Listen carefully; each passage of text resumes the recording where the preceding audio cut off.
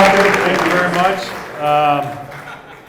If you got here, you realize how bad the traffic was. Holy cow. I'm gonna try to spend as little time as I can telling you my past, because it's important. My past is important.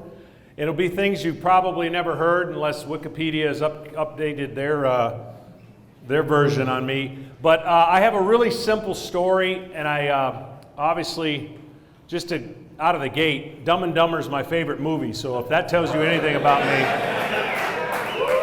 And let's keep this on the down low, because I know for some of you maybe were here when Jeff Foxworthy was here, but I do write a lot of material for him, okay? And sometimes I try it out and I say to him, no, don't use that one, or yeah, use this one. So he and I are good buds. But I've been a really, really, really fortunate and blessed person to be in the places I have, to do what I've done, to have met the people I've met, and had the career that I had. And I want to give you a little bit of a taste of what that was like growing up and what kind of motivates me, and then tie it in really with a message that I believe is important and certainly has given me tremendous opportunity to share my story. I'm going to tie it in also with kind of how I got here, and that was with the app Waze navigation. And I was solely dependent on Waze getting me here. It took me 2 hours from Alpharetta. Shouldn't take 2 hours, but you get used to it. I've been here over 30 years now, and you get used to kind of timing. The irony is, I left early so that I could go to the PGA Superstore, have my clubs reshafted, and then make my way here. Thankfully, I left that early, because that would still not be here had I not left when I did.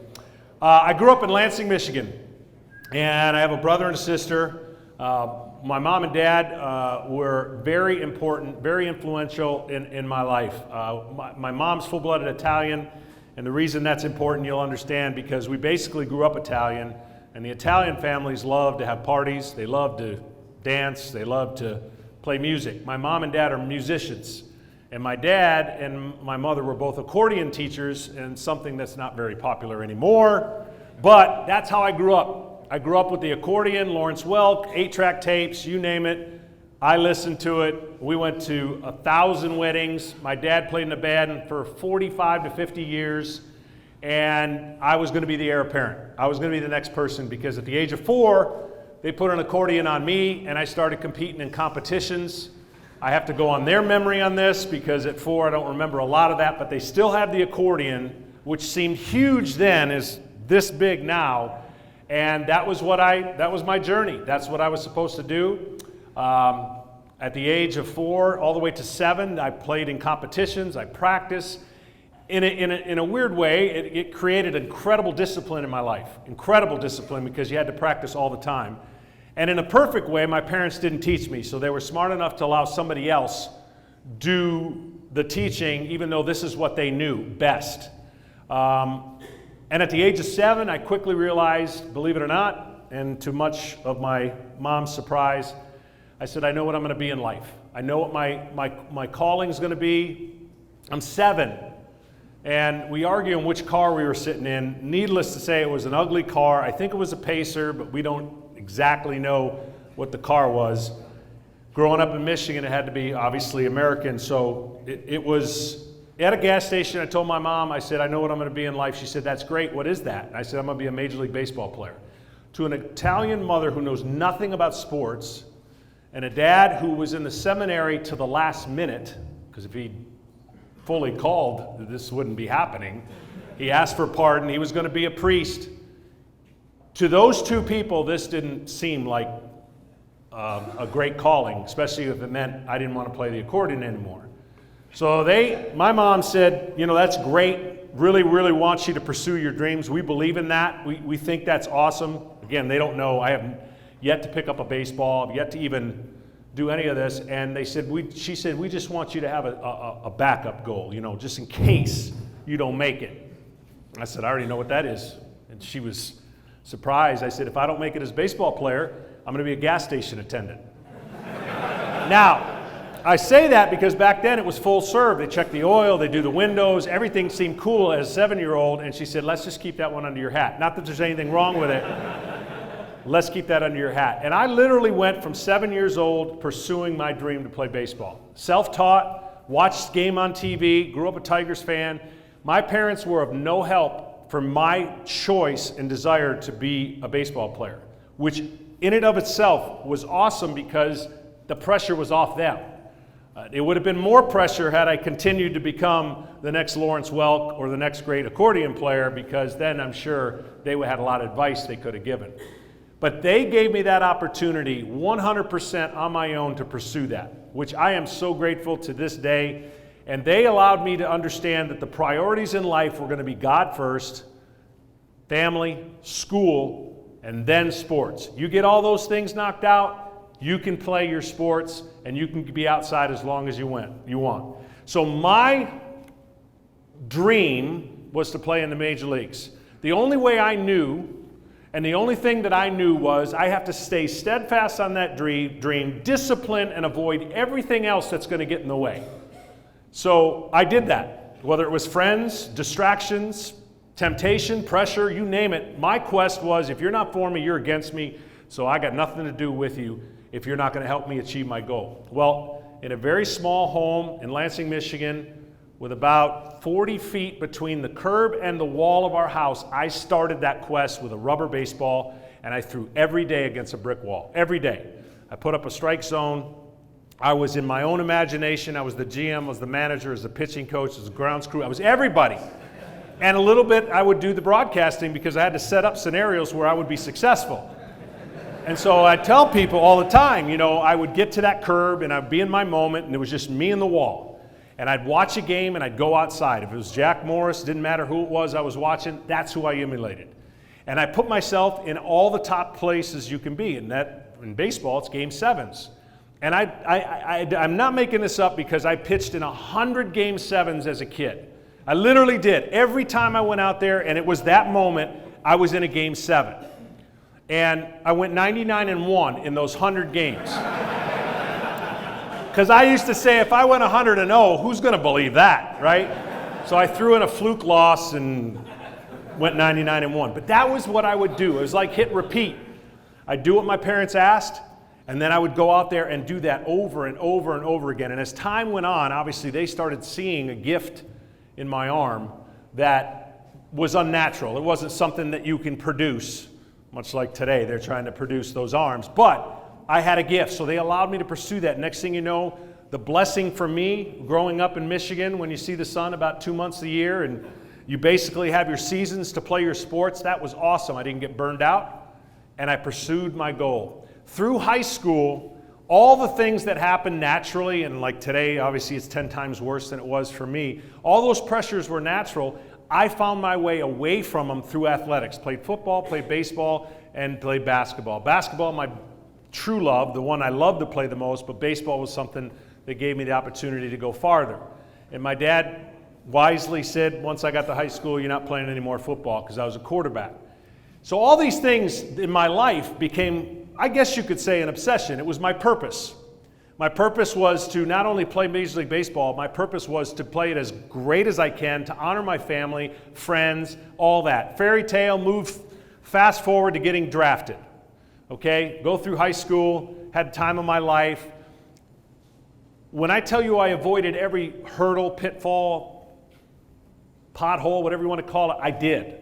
Like, I was the nerd, literally. If I didn't explain that by putting an accordion on my chest, which you figured that out. I was the nerd in high school saved by sports, because I was a really good athlete that overcame the shortcomings of being that goody two-shoes nerd, didn't do anything wrong, didn't miss class, didn't get in trouble, didn't smoke, didn't drink, all those things that, will get you quickly classified.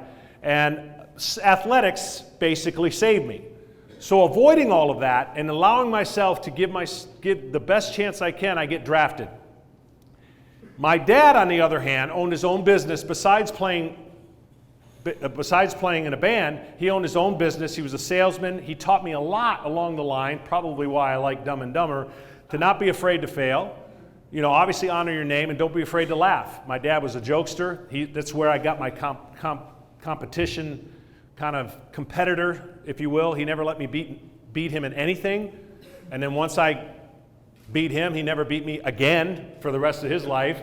And so on and so forth. We've been passing that on. But that's kind of the way I learned. So my dad was in a position where, as you think about as a salesman, he owned his own Sony and dictating retail shop. So we, at the time, in a small home, in a small town in Lansing, actually had the latest, greatest things that would come out. So the first Walkman that came out, we had it, so everyone thought, wow, this Smoltz has got everything. But we got to check it out through my dad. But what I'm telling you is he used to self-promote within the car that he drove. And he drove a red Maverick. And he painted it as an adding machine. And he had on top of the hood of the car the big, huge white coil that would be the tape that came out of the old adding machines. And on the hood of over the engine, he'd have the numbers and the plus sign and the minus sign. And on the side, it was Rico. He'd drive us to school in that car. Imagine getting out of the car and everybody seeing you get out of the car. So that keeps reminding me that he was never afraid of who he was. And that really helped me understand as I was about to embark on my journey. I get drafted by the Tigers, dream come true, I'm going to play for my hometown team. My grandfather worked at the grounds crew at Tiger Stadium for 16 to 18 years. All of these things are lining up with my 7-year-old dream and my quest and my purpose, and everything was being played out. And then the trade. The most devastated I've ever been. I get traded. I was having a really tough year. I go to the worst team in the history of baseball, the Atlanta Braves. And I'm like, at that time, they were. At that time, they were the laughing stock of baseball. I didn't know anything about them other than Dale Murphy. I figured my life is over. I'm not wanted. I'm not good enough. And it was the greatest thing that ever happened to me. TBS, my parents could see every game. I got a chance to pitch at an early age in my career that I would never got a chance to pitch for the Detroit Tigers, and life changed in an incredible way.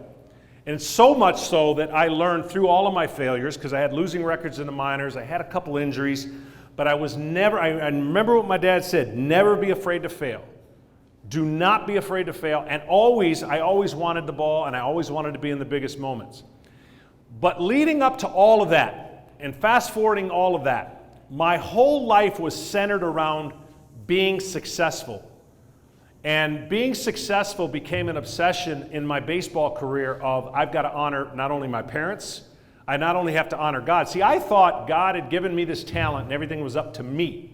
I felt like the pressures of the world were up to me to perform constantly every single time I had the ball. Whether it was for my parents, whether it was for the fans, whether it was for my teammates, I was constantly trying to perform. And by performing good and well at times, it feels good. I used to have a running joke with people. It's like, they say, what is it like to be a professional baseball player? I said, well, when you're successful and you win a game, the next day you show up to the ball with your jersey on. Let everybody know you're here, like I just won, facetiously. But when you lose, you kind of hide, you hibernate because you feel like you let everybody down. Well, that kind of was my teeter-totter in life. I was really, really feeling great when I won, and then way too low when I lost. You see, I thought, and everything that I would do was up to me, so that God had given me this talent. My parents laid a road work for me and a game plan, and I had decided that my discipline was going to win out over everything else, and I avoided everything that was in the world's view bad. I stand before you at 51 years age, and I can tell you that there is nothing I can describe other than God's great mercy and protection, that at 51 years old, I have never been in a position, think about my line of work of 21 years in baseball. I have never seen a drug, been offered a drug, been tempted, been in a compromising situation, or been in situations that I know every one of my kids have been in from the age of 4th grade on. They've seen 10 times more than I have. Now, some of that's intentional, some of that's is my own doing, but most of it has to do with God's protection in my life and hopefully honoring Him in the stewardship of being able to say, that is not part of what I want to be. I say that only because that can sound like a really boring journey of an athlete that has its highs and lows from performance and not necessarily chasing all of the world's dreams that are out there. Because out there is unbelievable amount of temptation, unbelievable amount of highs and lows, literally, and that never was something that I wanted to entertain. But having said that, what I was finding out in my life, challenged by players like great friend Brett Butler and Sid Bream, and guys that in baseball challenged me to think differently about my faith instead of being so consumed with the outcome of my performance. Because you could turn over a baseball card and see how I've done, and the world can see how you do based on your performance. And they challenged me and made me really think about where my career was going. My career was doing this. My first year, I make the All-Star team. Only guy to make the All-Star team on a team that lost 105 games, 104, whatever it was, right? I thought I was going to win 20. I was 11-5. 11-5 at the break, and everyone's talking about this rookie's going to win 20. I won one game in the second half. One. I went 12-11 on the year. Next year, had a real good year. Won 15 games on a team that lost 100 games. And I figured, this is my progression, and then 20's right around the corner. And then 1991 happens. In 1991, I go 2-11 in the first half. And I'm a start away from being either demoted or put in the pen, or who knows, without the great Bobby Cox having faith in me, my life would have changed drastically. And in the second half, I went 12-2, got a chance to pitch 2 seventh games, got a chance to relive my dream as a 7-8-year-old at Lansing, Maycroft, and pitching that 7th game like I did against the brick wall. All those things happened for me, and all those things were just as I imagined and just as I told you they were when I was an 8-year-old. But again, there was still something missing with the streakiness in my career. And that streakiness, again, was around performance. You see, I grew up in wanting to be good, doing good, and thinking about good things. And thinking that a good person certainly is going to go to heaven. Because a good person, how could God not want a good person to go to heaven? But the biggest thing those two guys challenged me with is that I really struggled with the thought of having a relationship, or you hear people say about a personal relationship with Christ. What does that mean? How do you have that? What do you do? What does that process look like? It's not going to church every Sunday. It's not about how good you are, and it's not about all the things that you do in your community. Those are all nice add-ons that God has given you an opportunity to do. But I was struggling with really, who was I performing for? And I told you, based up to this point, I was performing in front of 40,000. I wish. It was 1,500 when I first got to Atlanta. You could hear the lights buzzing. It was the worst sound in America. You could hear the peanut vendors. You could hear anybody you wanted to hear at that stadium, so that was not a good thing. But when 40,000 finally showed up, and we were finally good, that was what I was performing for. And whether it was when starting having kids and wanting them to be proud of me. And when you have to perform for people or chase life's endeavors or treasures, you're constantly going to be let down at some point. It never stays like this. So whatever the earth has or the world has, you're chasing for. It's great for a while. It really is. You live the high life, whether it's a high-ranking position or money or power or esteem, and those are all great things, and you should want to achieve to be those great things. But I was under the influence that it still was about me and me pleasing people. When I released that, when those guys challenged me to put my faith in Christ and to let God deal with all the other junk that I would put in a backpack and carry, and that backpack would get so huge that when I'd get to the mound thinking I'm taking that thing off, I was strapping on so many other things that consumed me. When I released that and gave it to him and really put my faith in Christ, which happened in 1995 at a Bennigan's. At a Bennigan's, it happened with our chaplain, and here's how the conversation went, here's how easy the answer was. I said, okay, you've asked, I've been to chapel all these years, I've heard you talk about what it is to put your faith in Christ, and if I decided to live my life for the next 7 years And then, okay, at the age 40, I'm going to then surrender and put my faith in Christ. Why can't I do that? And his answer was, you don't know if you're going to get to your target date. You could do that. You could roll the dice, but you don't know if you're going to get to 40. So why play that game? Why play that risk? That's all he had to say. And from that point on, I decided that I was not going to play a little bit of Russian roulette, if you will, with just the good times. There weren't never so many really bad times, but there still was this remote, roller coaster. So I did. In 1995, I surrendered and put my faith in Christ, and from that point on, I've tried to live a life that where he became, sorry for the cheesy word picture, but when you are given the Spirit of Christ, that becomes your ways. That becomes your map quest. That becomes the thing you depend on to try to get from point A to point B, and find yourself taking a road you shouldn't be taking, and then all of a sudden hearing that, the lovely ways say, when possible, take a U-turn. That's what happens in a faith journey when you depend on and you're only trying to have a purpose for one instead of 40,000 or 5 co-workers or whatever the number is. And that became my ways in my life. And believe me, as a man, you don't always listen to it. You don't even ask for directions sometimes. You just kind of just say, I'm going to figure it out. And unfortunately, that takes you longer to figure it out than if you just heed the good book that's there for us, the wisdom that's there to make the life or the travel a little less bumpy, to avoid going down roads that you never intended to go down, but you found yourself there because life happens. And so for me, my testimony used to be really boring because that's what I used to say, because I really didn't stray too far away from what would be considered the narrow path. I didn't do drugs, I didn't drink, I didn't miss school. I gave you all the nerdy things that I did, but I still wasn't walking and trusting in Him. And I tell you guys that the biggest thing that men have to deal with is that pride and ego of that I can do it.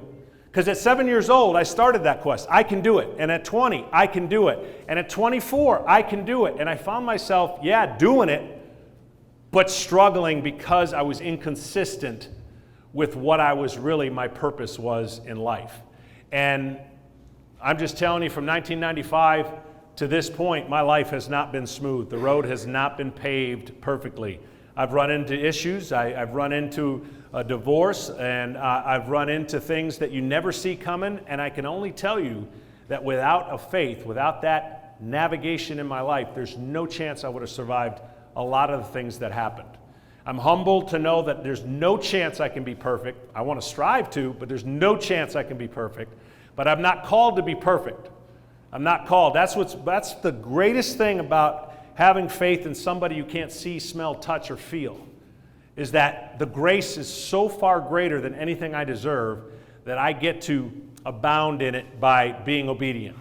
And there's days I'm not. There's matter of fact, I want to be quite transparent with you right now. I just got off a 25-day road trip doing the playoffs in the World Series. And every day I set out to think, I'm going to do this, I'm going to read a little bit. Life happens. And life sends you an appointment, like today, for me, so that I can hear what I'm telling you. Because it's easy to talk about what your life is or isn't. It's harder to live that out on a daily basis. But thankfully, I know that I only have to be before one. I really don't even have to please my children.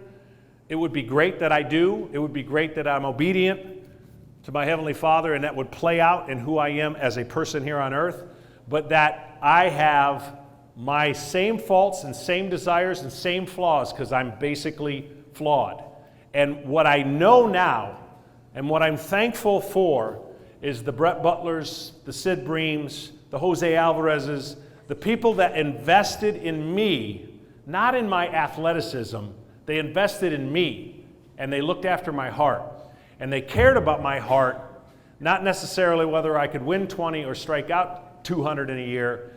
They wanted me to be obedient to be able to share what God has done through me. So that's kind of in a snapshot when I was trusting ways and the time kept saying 7:15, 7:20, 7:30.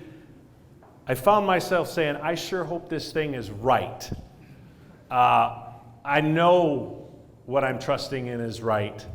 And all I can ever tell people is that no matter what I've said here today, there's a chance I walk out that door and fail somebody or fail the persons I just talked to, but it's the grace that I've been given that gives me the ability to atone for my mistakes, and it's not, unfortunately, any of you that I will be going before someday when I perish and knowing that what if?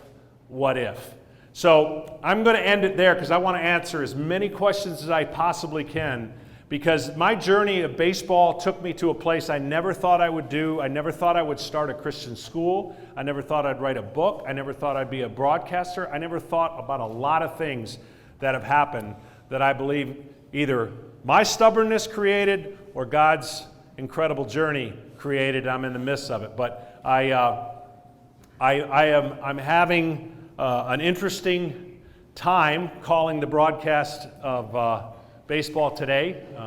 It's a little different than when I played it, but it is what it is. And I have gotten a chance to do 3 World Series. And in the first 2, wouldn't you know it, they were 7-game series. And I got a chance to pitch 3 7th games in my baseball career.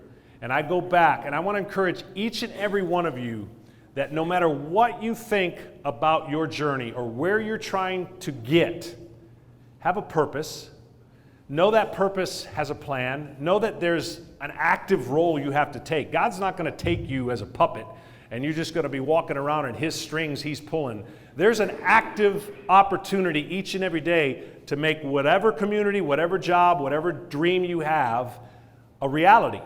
I am a living proof of no chance, should this have happened, to a guy who was playing the accordion and 100 people on a stage in Chicago and end up playing baseball for 21 years. So with that, I've given you kind of an 80% chunk of my life of from point A to point B, and I don't know, I guess some people would say you're on the back 9 of your life. I'm 51, maybe that's true. But I also have another goal and another dream. I achieved it last year. I didn't do very well. I made the U.S. Senior Open. I've always wanted to play professional golf. I'm going to be playing, accepting a sponsor exemption in April at Sugarloaf. I'm going to play with the big boys and hope to have a little better rounds than I had in the Open. But I am not afraid to fail, and I'm not afraid to have the most humiliating things happen, because that's when I learned the best. That's when I learned the most.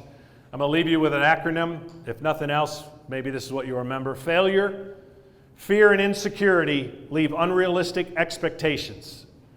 Fear and insecurity leave unrealistic expectations. When you're a pitcher and you're bored and you wait 4 days out of 5 to perform, you think of stuff like this and you make up acronyms, and they work. But I've learned most of my life by failing. And I don't want to fail. I don't look at failing as an option. But when it happens, I take every note and everything that just happened and say, how do I make that not happen again and be better for it? So shooting 83 and shooting 77, the next time I get in that situation, I will feel a little bit differently. Thanks for letting me ramble. I know I will take as many questions as you guys can fire at. Yes? Being surrounded by a bunch of young guys who make millions of dollars, when you were on the Braves or whatnot, would you actively engage them and talk about your faith, or would you let them come to you? And then secondly, being a big Cubs fan, Wrigley Field's accommodations back in the days of player crappy, or would you say Chicago is doing an unbelievable job making it relevant to last forever. They really are. Their renovations are unbelievable. Wrigley Field is unlike any other place. It's right there with Fenway. I think I'd take, they're both historic. They're both trying to make them last forever. So that place is iconic. From a faith standpoint, you know, I like sayings. I really do. One of my favorite sayings is, when preaching the gospel, if necessary, use words. In other words, hopefully your actions are going to speak louder than words, and you're not sitting there looking at that everybody is a nail and you've got a hammer. Because that's the way it used to be when I broke into the game. I mean, we were right on defense. Guys in the game would ask you right away, if you die today, do you know where you're going to spend eternity? I mean, boom, defensive, and it was basically hammer, hammer, hammer, hammer. And I think the biggest thing that I've learned in my life is consistency obviously usually wins out.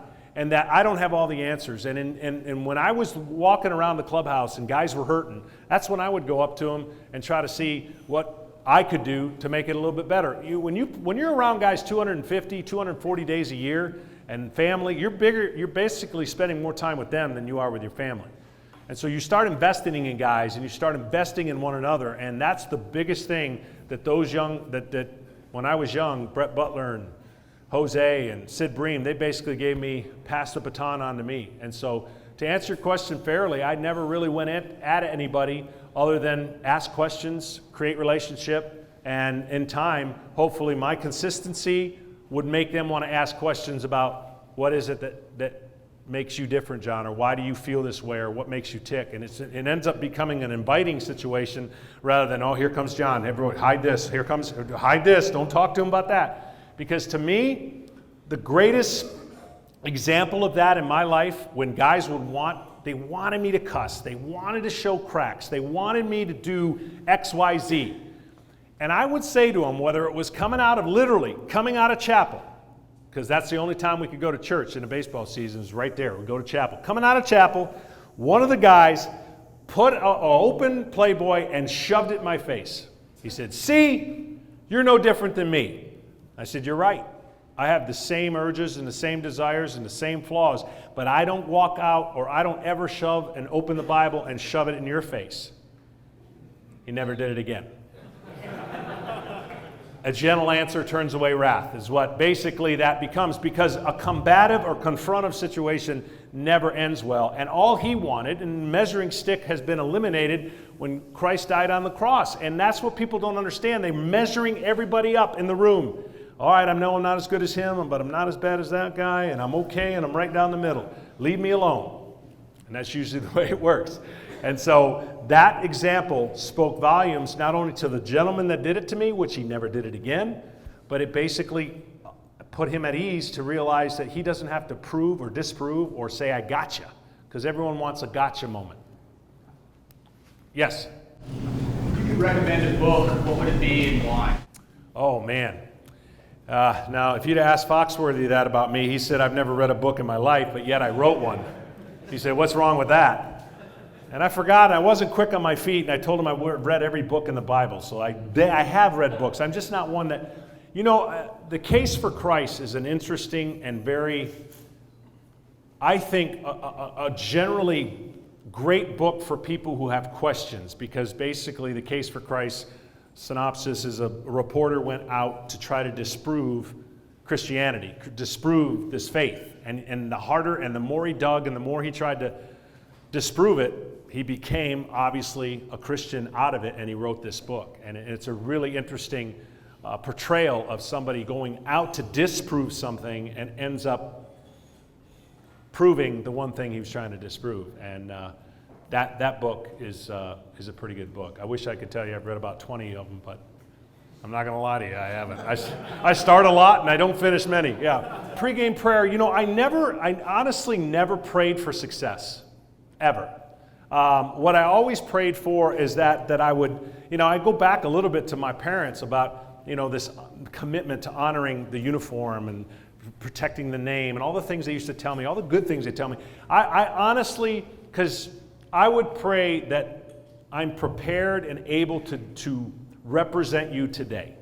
Meaning I'm on the mountain, I'm fierce. I am about as fierce as it gets. I've been in 2 brawls and on the cover of Sports Illustrated in a brawl. It got out of hand. My point is, it's not my intent to do anything outside the rails of what I believe God has asked me to do. We used to have Bible studies, and I would be really struggling with the command given to me to hit somebody.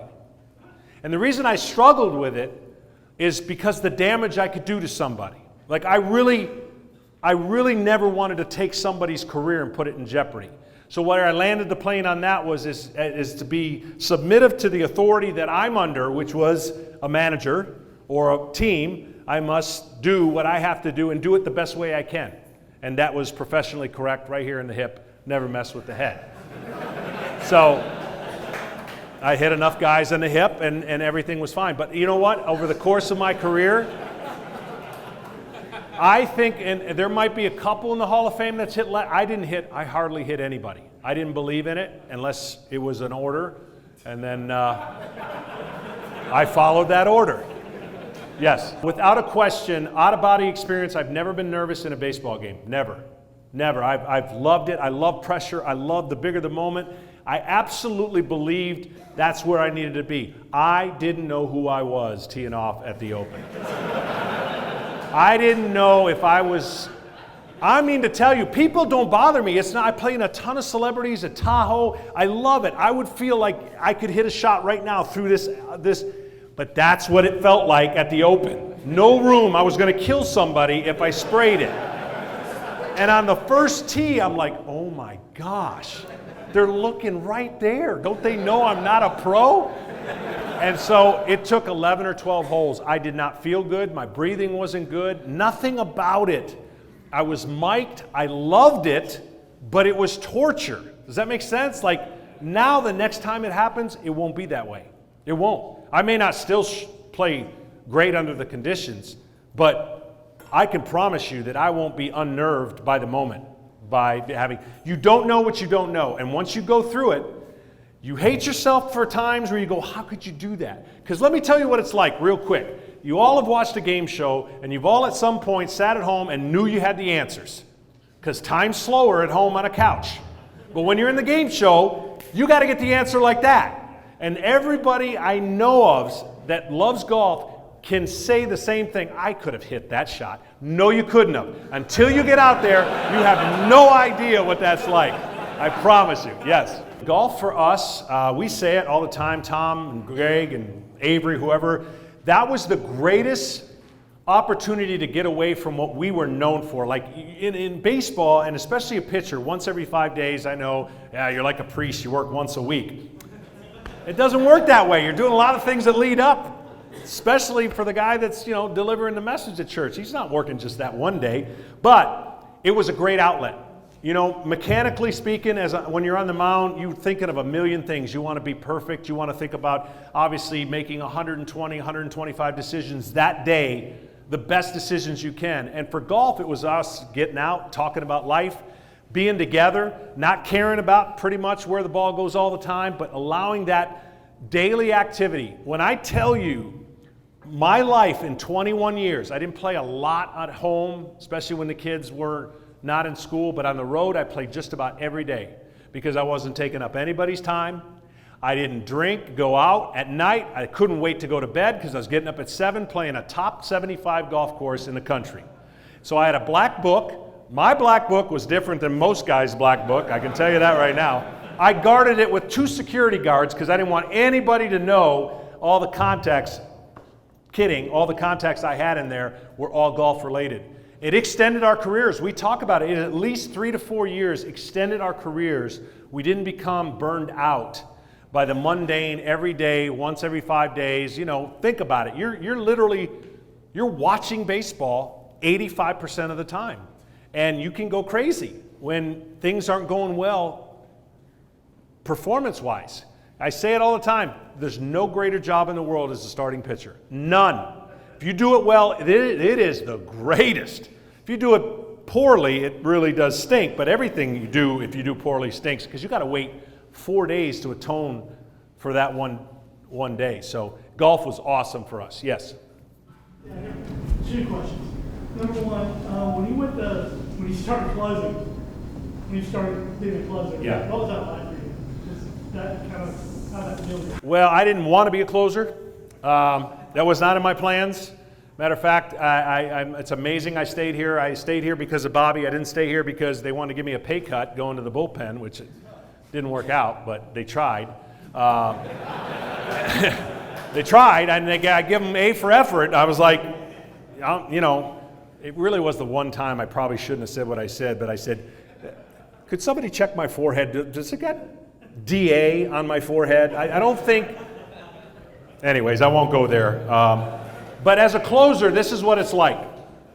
Imagine getting here wherever you live, and you get here at the same time. You got to come here every time. That's starting, structure. Same road, same lights, same thing, everything. You just go by what you know, and that's starting once every 5 days. Then closing is getting in a NASCAR car and getting here as fast as you can by the seat of your pants, driving like a maniac, because the adrenaline's night and day.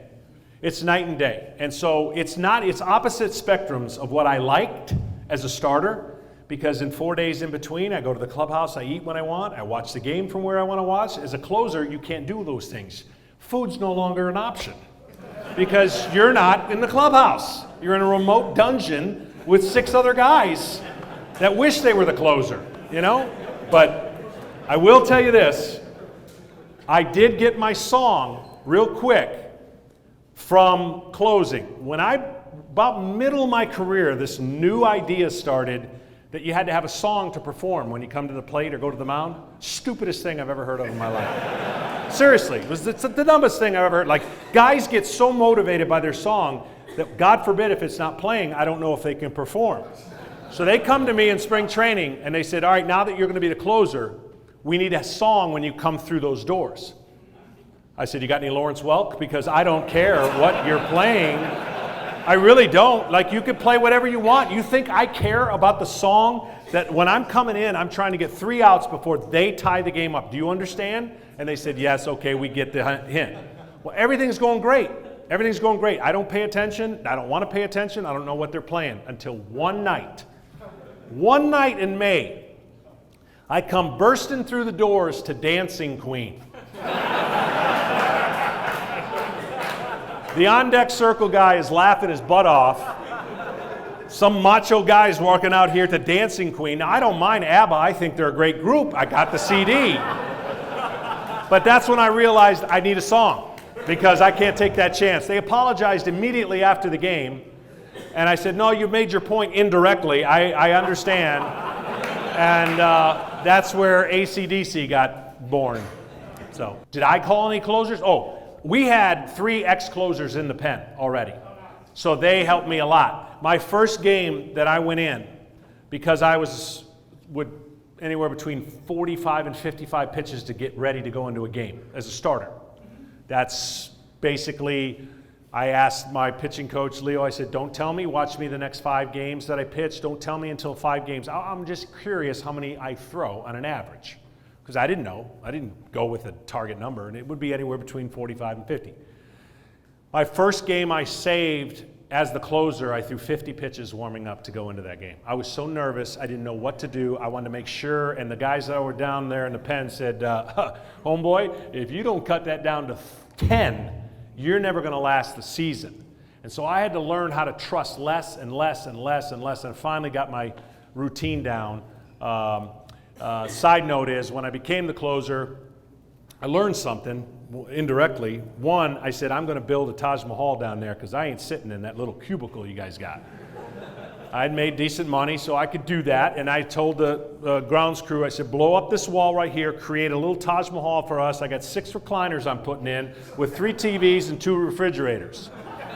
And I said, we need an air duct coming out because it's hot as you know what in Atlanta. So it works like gold. He makes it. The problem is I didn't price it out. Like, I didn't ask how much it was going to cost. $25,000 later, I made my little dungeon that up until they get rid of the stadium, everybody else enjoyed. But we had 6 recliners, 3 TVs, 2 refrigerators, the time of our lives, air conditioning, and only rookies could get in there when we allowed them to go in there. And then I had my chair, which was my favorite recliner. I said, you can sit in it until I get there, and the 5th inning is when I'm showing up. I would do all my work to get ready because I'm not pitching until the 9th. And so sure enough, that door would open. They'd jump out of that seat like a firecracker was underneath them. And then I would get in, and the rest was history. We had the time of our lives, and everybody, including, and the general manager including, thought we were going to struggle because all of this that I created. And all it did was create a better environment. All it did was create more fun. And all we did was go out and have the best years of our lives because we were comfortable, and I believe it's what you think about. How do you perform well at your job of being a good dad? Yeah, so I mean, I have 4 kids and 2 stepdaughters, so 6 total. But in my playing days, I have 4 of my children. Andrew was my oldest and 3 daughters below him. And so you're always having that struggle of you are a dad, you're not defined by who you are in your job. That's what I learned through Christ, that was the greatest example of it doesn't define me as I come home and lost 10-0, and you know, all of a sudden I'm going to take it out on my dog or my kids. I still had a responsibility to my children to be the very best version of myself. And so one of the things that I found easier was to separate exactly that. Because up until that point, I was tied to everything that I did in my job. And because I was on the road a lot, you can get consumed with, I rarely get to see my kids, but that's my job. I can't be in 2 places at once. I can be the best version of myself when I get home and be the most consistent person over everything that I encounter. How they watch me react to situations, how they watch me to react when people literally sit at our table when we're having dinner and go, you know what to do. That happens more than you think. And just being an example that no matter, this is my approach I always would tell my kids. I will treat people like they just don't know.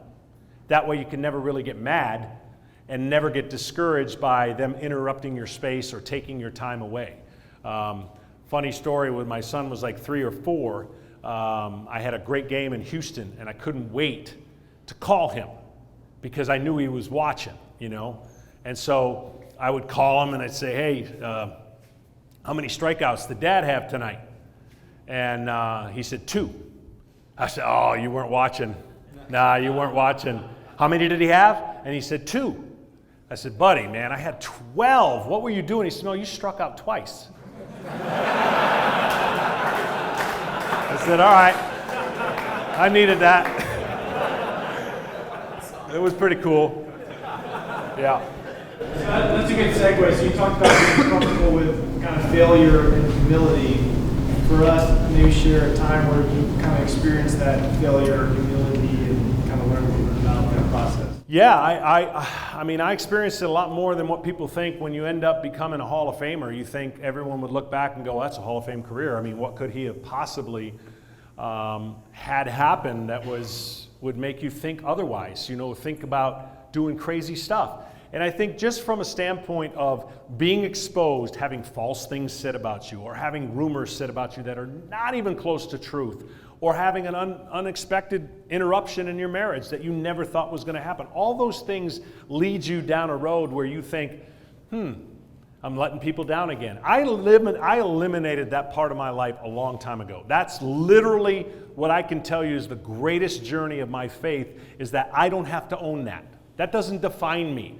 If I got to check a box, a stupid box when I'm filling out an application or something, that doesn't define me of who I am. Or if I was 2-11 in 1991 and just subsequently the team's 9 games under or 9 games back of first place, and 2-11, I could do the math. That's 9 games under. I was obsessed by that. I felt like I let everybody down. I never left the house. So humility is exactly that which sometimes we don't even deserve, but that's the same thing with grace. That really is. I don't deserve to be given that grace. It's not something I earned, but it's something I freely accept. And so, you know, again, I think sometimes the guys I hang around with are my humility guys, because they're not necessarily the guys that are in my Bible study. It's guys I play golf with that are fun and have a lot of fun with. And when I had my first nationwide tournament that I got a sponsor exemption to, I bombed. So every time we played golf for the next 4 hours, they sang the nationwide song. But in all seriousness, if you think too highly of yourself, or you think you're that important, or you think you're that much of a big deal, that's when life is going to constantly try to chop you down and constantly try to bring you off that pedestal. And I don't have it all figured out. But the beauty is, I don't have to. Hey, John. So, what would you say was the low point in your career or your life, and how did how did God get you through that? And then, secondly, what was the high point in your life and career, and how did you attribute that to your faith? Yeah, you know, the low point for me, I guess, is a combination of low points. It's like I was physically beat up. I pitched hurt a lot. I questioned whether I was insane by keeping doing this, or whether it was worth it, or what was I really doing? Like, what was my purpose of trying to go through 6 surgeries and keep getting back out there and doing it the right way and never being tempted to cheat or cut corners. And I think that's where my faith sustained me. And I never doubted coming back. I never doubted who I was or what I was going to become. You know, there's moments when I wasn't a Christian and I'll never forget taking a shower at 7 a.m., getting ready to go play golf and realizing, what would I do if I wasn't a baseball player? Like, it hit me like, what would I do? My mind is, I'm going to be successful at something. I'm going to be passionate about something. I'm going to pursue whatever it is. But the reality of it is, you never know where God's going to take you. And that security in Him changed all of that for me. And you know, the high point for me happened right after I became a Christian. And it wasn't because I became a Christian. Up until this point in my baseball career, I was predicted by what I do now, predicting things. I was supposed to win the Cy Young every year. Like, I had the stuff to win the Cy Young. I wasn't winning the Cy Young. So what does that think? I think that I finally went up to Peter Gammon and I said, Peter, stop, man. You're going to lose all your credibility if you keep picking me to win the Cy Young.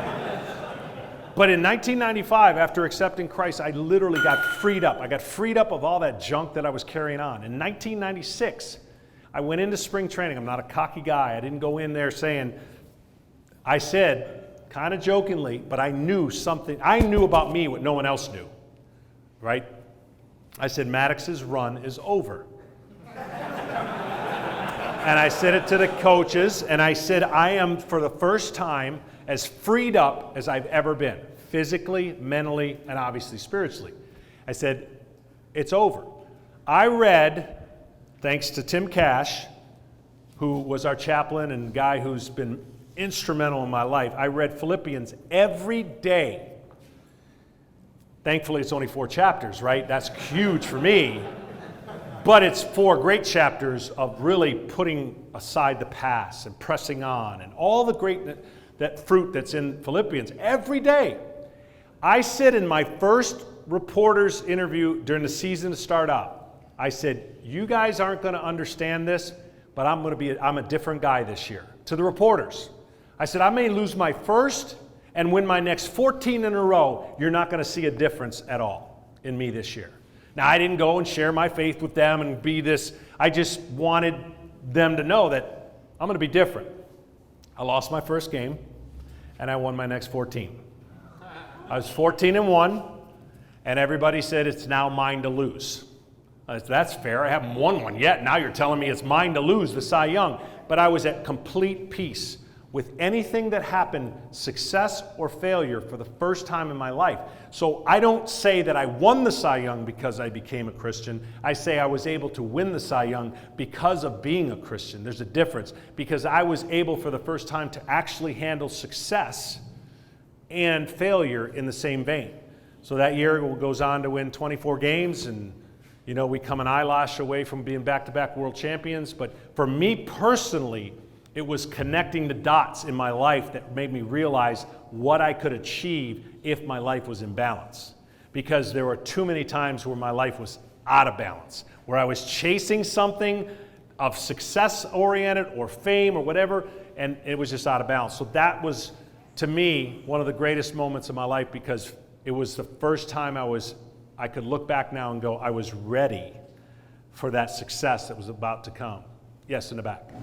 So I think that's a really great story. The sense that you found your purpose, like you found the purpose of work, and I feel like your purpose of work was you didn't know what you were going to be doing if you weren't playing baseball, but you knew every time once you found that purpose to go out there and serve your Lord. Right. And I think that point you set yourself apart from all of your past. How did you what day like started that journey? Like, do you remember like when you were like just sit down and you said, I'm going to do this? Yeah, so anytime there's, well, for me, again, my conversion, I was kind of on fire, finding something that I hadn't known before. Thought I was walking. I give you this picture because it's the best picture I can give you. If there was a fence right here, right, I felt like if we were walking, Christ came down, he and I were holding hands. But the reality was there was a fence. We were holding hands across the fence. I knew him, he knew me, but I hadn't put any trust or faith in him. That's why that fence was up. And then once you put faith in Christ, that fence disappears. You're literally walking hand in hand. So that purpose of daily, desire. I'm going to share another vulnerable scenario. I don't know how many of you have seen The Passion of Christ, but me and a couple teammates rented out that. I was so much on fire that I rented out the entire theater for our spring training and guys to come free. I said, you got to come watch this movie. And it filled it up. It was a great movie. But I remember leaving that movie going, I'll never sin again. I'll never sin again. After what I just saw, I'll never sin again. That's the most foolish thing I've ever said in my life. Because then again, it became me. It became about me. Because I thought what I saw visibly, the visible, and I'm a visual guy. I like word pictures. I love tying things together. When I saw that, I literally thought it was possible to never sin again. And I realized again how foolish that is. If I keep going about it my own strength, then I'm going to run out of my own strength. Like guys are just, not all guys are like this, but it's like Seinfeld. Let's see how far we can get the needle below empty. It's a rush, and then we'll fill it up. And I think unfortunately in our walk, at least at mine, I get empty and then I ask God to fill it up. Instead of doing a better job of being able to have a better gauge and not running that race to the end or running myself ragged, or as I put it, life happens, and I find myself right back in the beginning going, you dummy, you've had this navigation in your life and you're choosing to go about it in your own ways. When I started Kings Ridge Christian School, which I had zero business starting, I believed God called me to do that. There's no other reason for me to start a school. When I came here, that wasn't a desire. That wasn't in my blueprint. Passionately went after it. Did not know X, Y, and Z, but through passion and faith, never doubted it wasn't going to be successful. That doesn't mean that guarantees success in your life. But if you're obedient and you truly are passionate about what you believe in and you're pursuing it, and you do and put up guardrails to protect yourself, I think you got a better chance to be aligned with His will and His thinking. And because there's a lot of things I've done on my own that I'm sure if God worked like this, He'd be like, didn't need you to do that, didn't ask you to do that, but it's nice. That's nice. You did that for the food bank, that's great. And I think too many times, again, I run on my own desire. Somebody asks me to do something, yeah, I'll do that. Instead, understanding that there's a purpose and that there's a plan, and that if you prayerfully consider and pray about some of these things, you'll get more direction rather than keep going about life as you know it. We're all marinated by our upbringing, good and bad. We have a good view of our upbringing or a bad view of our upbringing on certain things, and it affects us and can be a vicious cycle and can allow us to continue to spin around and not go anywhere. To me, one of the greatest things that I've lived my life by in my professional life, in my extracurricular life, in the school, is that I like movement. See, tension creates movement. When there's tension, no matter what it is, it's going to create movement. You're either going to move from it or you're going to move towards it. And movement towards it gets you outside your comfort zone. And then once you get outside your comfort zone, you got growth. And when you can grow, you can become better and you can become the person that you want to be. But if you stay comfortable, if you say, I could have played in the U.S. Open. Did you try? Nope, but I could have done it. If you stay comfortable, if all of us stay in our comfort level, feels good, that's an easy place to be. As soon as you step outside of your comfort zone, it doesn't feel good. And you got a choice. And I've always made the choice to move towards it. Whatever that is, that problem or that issue, yes. Yeah, I mean, I'm basically, for those of you who know the prodigal child, that's how I live my life. I mean, I'm never strayed away, and why is everybody, these born-again Christians, that doesn't make sense to me. That doesn't even make sense to me that somebody could do that, live that way, and then all of a sudden turn it around, and in one fell swoop, one prayer, one commitment. I was the prodigal child, so I did have a lot of doubt about what I would see. And I let my eyes be my kind of, that's not right. That guy's getting away. He's cheating his butt off. That's not right. And I would see those people have success. And I'd go, this is not right. And yet I was taught to do good, to be good. And so the basic prodigal child is like, the other one spends all the inheritance and he's off in the pasture and the father can't wait for him to come back and he throws him a party, a fattened cat. Like, that would have been me going, that's a joke that you could do that, and then realizing what that meant, that his son was lost and he came back. And what a joy, and that to me is where my growth in my faith has been. So the doubt always creeps in. I have doubt when I stand over a putt sometimes, or when I was on the mound. And so where I clean that out is you can't be double-minded. In other words, I would stand on the mound and I would go, I'm gonna hang this slider right here. Well, why would you have that thought? And so I'd step back and try to clear my head and not have that thought. Because if I thought I was going to hang a slider, I was going to hang a slider. If I tell you don't look at the snake at your feet, you're going to look at the snake at your feet, because the brain doesn't recognize don't. It only recognizes snake at my feet. I better look. And so what I learned to do with my faith and trust is that I am completely and wonderfully made, and I have been prepared, and I am going to give the best that I have, and I'm going to be committed in my faith, not that he's going to throw the pitch for me, and not that I'm going to not hang a slider, but that I'm going to be committed that this is the process by which I'm not going to be defined by. I'm not going to be defined if I strike out 10 or I walk 10. But I'll be darned if I'm not going to sit here and be this wait for anything to happen. It's an active, having faith in something you can't see, smell, touch, or hear. It's an active, it's like putting your toast in a toaster and asking it to work without plugging it in. You got to be plugged in.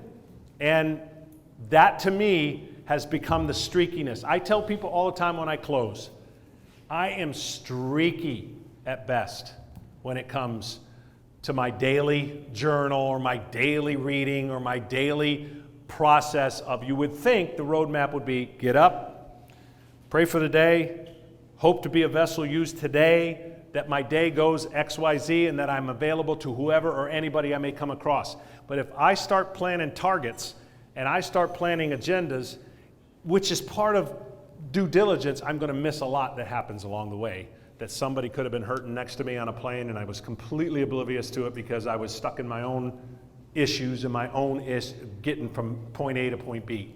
So I tell people all the time, man, it's easier for me to stand up here with a mic and understand that I can leave and you may never see me again. But I tell people all the time, if it was easy, we would definitely not need Christ. If it was all about money, fame, power, you definitely wouldn't need Christ.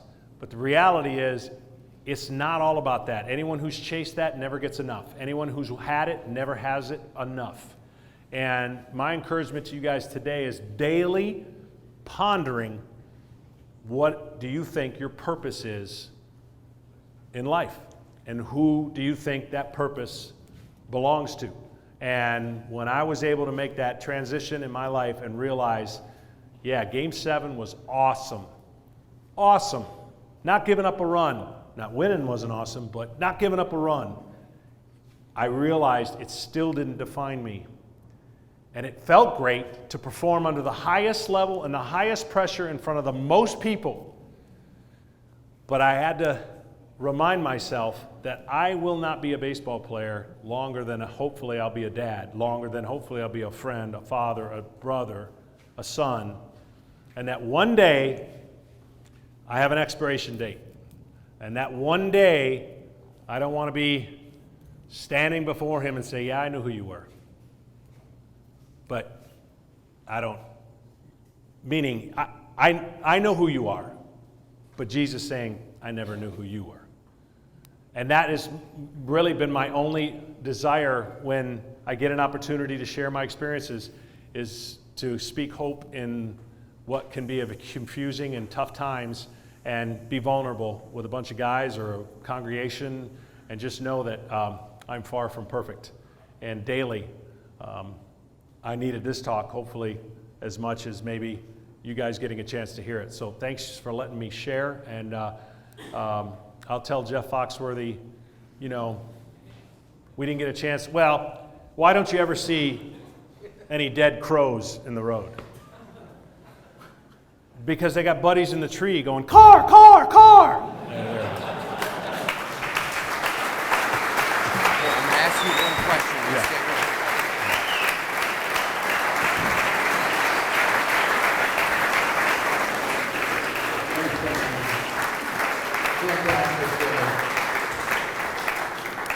We're sure to run out of live draft next Tuesday, as I mentioned. So, one last question for you. You have talked about the connectivity that you and Maddox and Glavin had outside of the ballpark, and how that helped make you guys better inside the ballpark. How would you relate that today to what guys can have as far as creating community, either in a small group or a larger group, and at the end of the day, what that benefited you as far as becoming a better Christian? Yeah.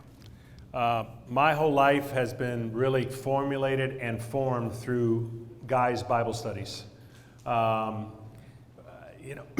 a unique one my whole life with a lot of people whose time frames worked with me. So a lot of ex-athletes. Obviously, Jeff Foxworthy thinks he's an athlete, but we let him in anyways.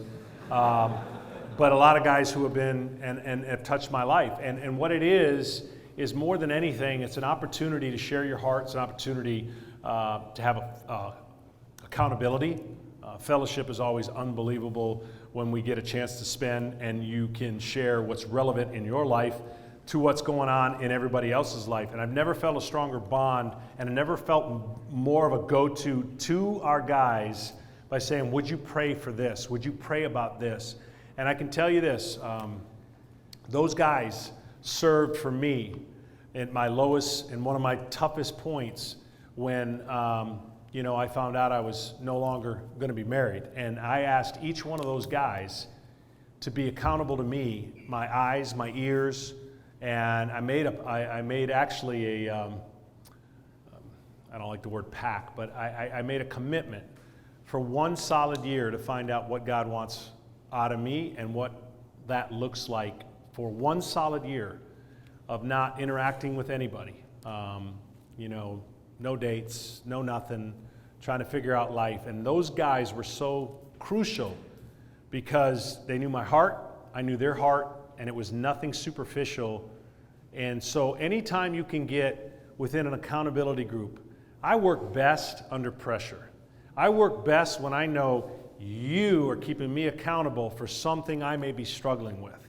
And that the time I might enter into that area of struggle, I'm thinking of you, or I'm thinking of you, or anybody that's in my group. That is powerful stuff that doesn't exist every day at a workplace, in your house. That to me, in a small group, in a Bible study, we used to come up with creative names, because right when you hear Bible study, that eliminates 50%, 70% of people, because I don't know anything about the Bible, and I'm not going to be exposed in there. And it's not about what you know or how much you know or not know. It's about opportunity to grow and learn. Every day is a learning opportunity.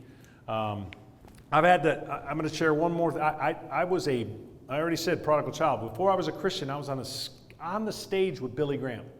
On the stage, Brett Butler took me to the Dome in Atlanta. I'm 4 to 5 feet from Billy Graham. I'm in awe.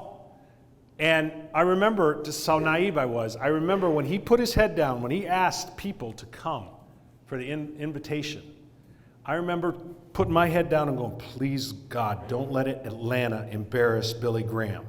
That's what I said. And I looked up, and the entire football field was covered with people that came out of the stands. And I said, you are a naive, yeah, that's how naive I was to think that God doesn't work in an incredible way. And so between Billy Graham and Ravi Zacharias and hanging with some of the most unbelievable minds, yes, it's intimidating, but it's freeing to know the gifts that they have and the wisdom they're passing on. And it is really, my schedule doesn't allow it as much. I get to go once every other week because I'm gone all the time. And I miss, every time I get to go, it is like the best feeling in the world, even if it's not everybody that I started out with 20 years ago. So I would encourage each and every one of you, wherever that looks like, whatever that might be, that's a great opportunity for us guys to grow and learn from one another, and more importantly, to have a bond that will last well beyond our time on earth.